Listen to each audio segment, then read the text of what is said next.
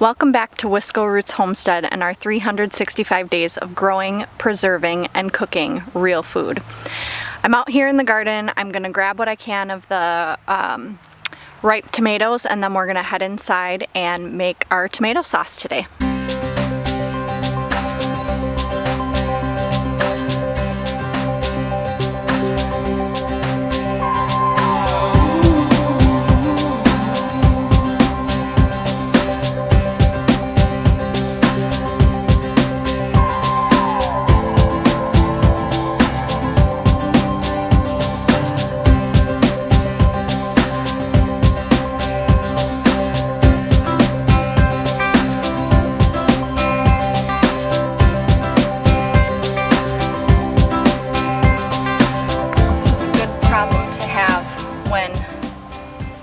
Filled up your hods and you have to take them inside to empty them before you can come out and harvest more.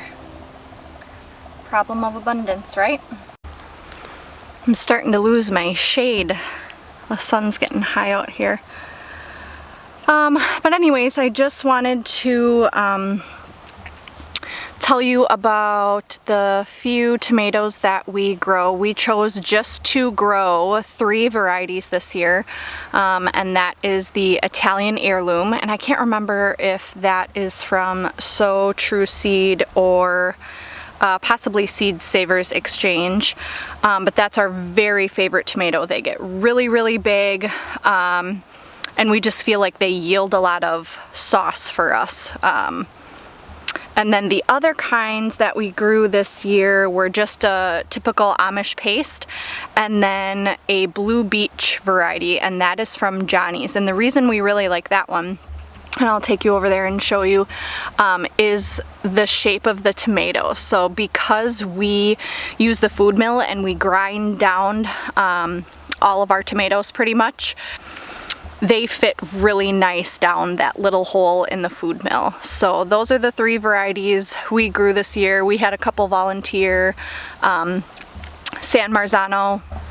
So this is the Blue Beach variety, and you can see they almost are kind of shaped more like a pepper than they are a tomato.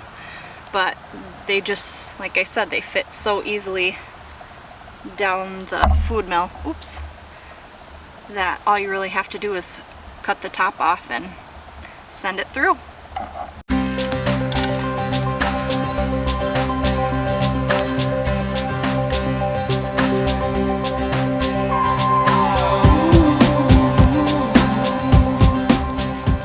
Alright, I think that's gonna do it for today. So let's take these inside, get them cleaned up, then we'll start canning.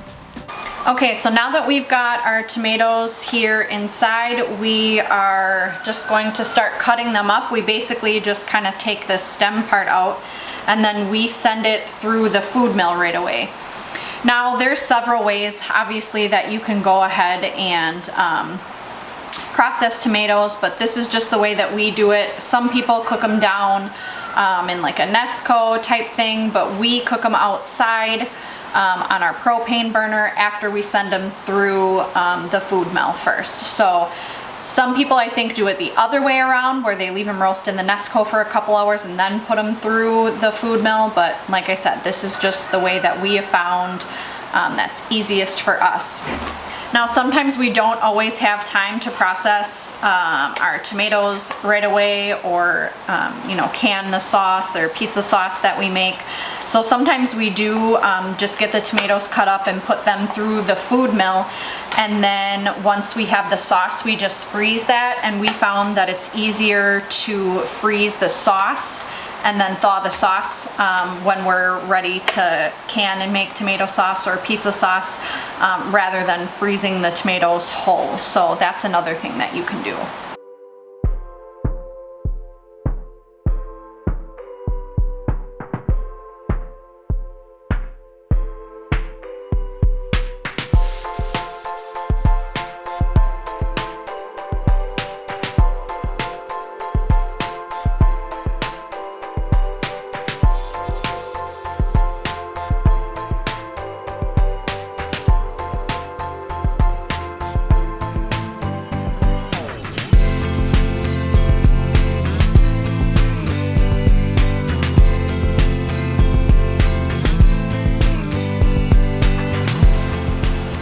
All right, so again, we're using another recipe out of this Ball Blue Book, and we are doing the seasoned tomato sauce. There's one in here that's just tomato sauce without anything else in it. We're using the seasoned tomato sauce. We've got about 45 pounds with the tomatoes that we have processed thus far. So then we still have, I don't know, maybe roughly 20 pounds here that we're just going to process and then freeze. And then we'll make pizza sauce with it probably later this week. All right, so this is where we cook this down. So we found out the hard way last year that doing it straight on the burner had caused the bottom of the pot to scorch. So now this year we had put just a couple of steel plates underneath here to kind of distribute the heat a little bit better, and that has been working out better so far.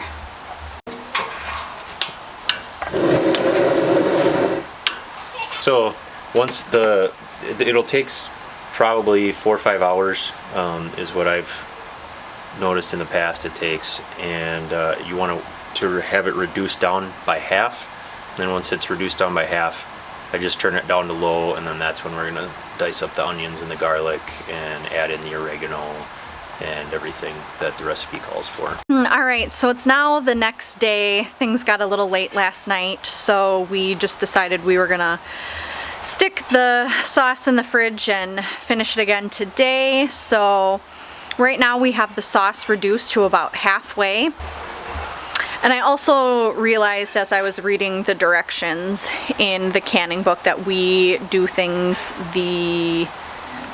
backwards. So you're supposed to add all the spices and stuff beforehand. However, we reduced it halfway. Now we're adding all of our spices and the garlic and onion. We'll let it simmer just a little bit longer, and then we'll pull it off to can.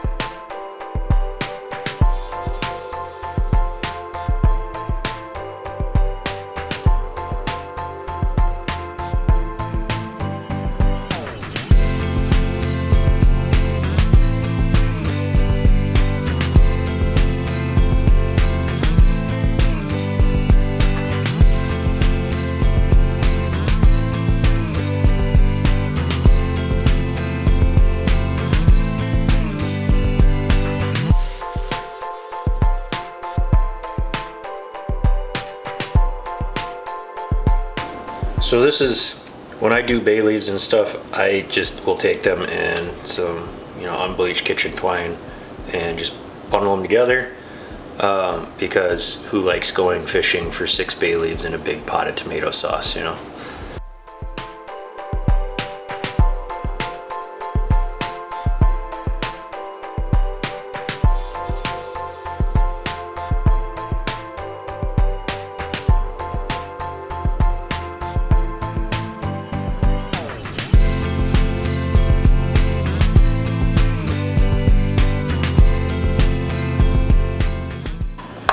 So one thing I did want to mention is that the recipe does call for crushed red pepper flakes, and we do omit that because our kids are just a little bit sensitive and it was just too spicy for us. So if you like spicy things, go ahead and add that, or maybe just add a little bit of it, but we do not add that in our tomato sauce.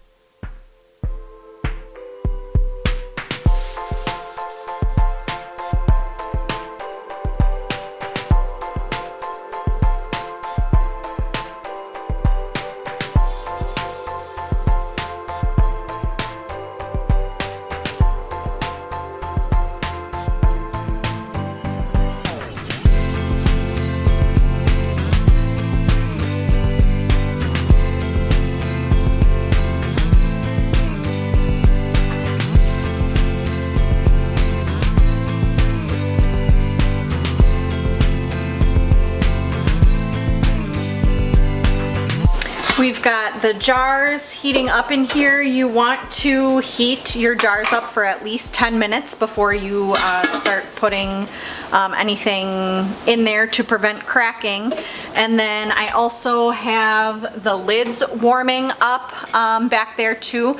I don't think you have to do that with the newest ball lids, but it's just a habit that I've gotten into because I've been canning for a long time. Alright, we've got our tomato sauce in here and ready to go. So for this recipe, you either need to use citric acid or lemon juice, and I am using this Santa Cruz organic lemon juice because there is only one ingredient, and that is organic lemon juice.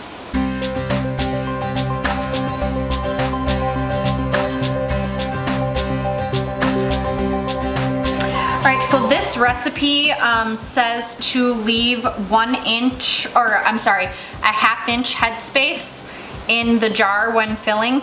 So these jars, it's a little bit warm. This line right here is going to be 1 inch. This line right here, if you can see that, is a ½ inch, and up here is a ¼ inch. So when you're filling, you can fill to this second line. I usually don't go above this one though.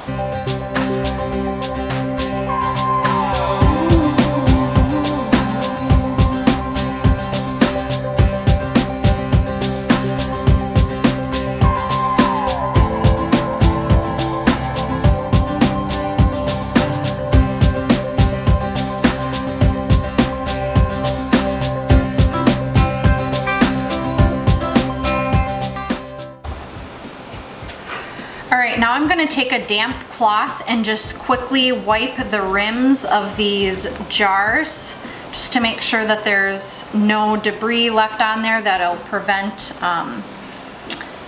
the lids from sealing correctly. And then we're going to tighten the rings just to the tightness that you can with your fingers. You don't want them to be too tight.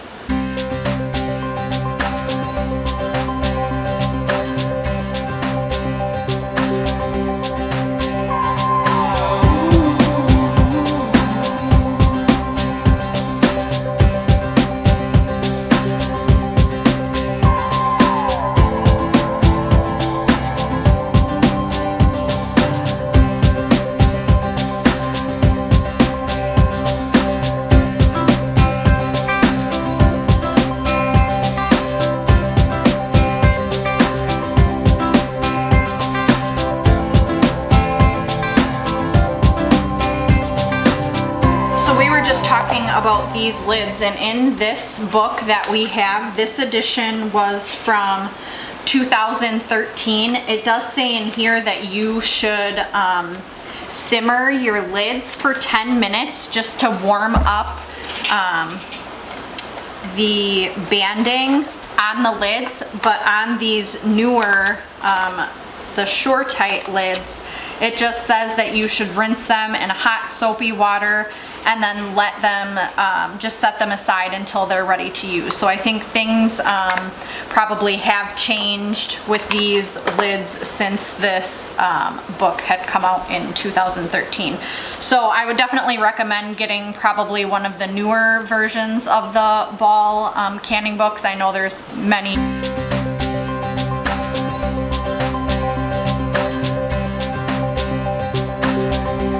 Alright, so now that these have been in the canner for 40 minutes, we've turned off the heat. We're going to leave these sit for 5 more minutes and then we're going to take them out.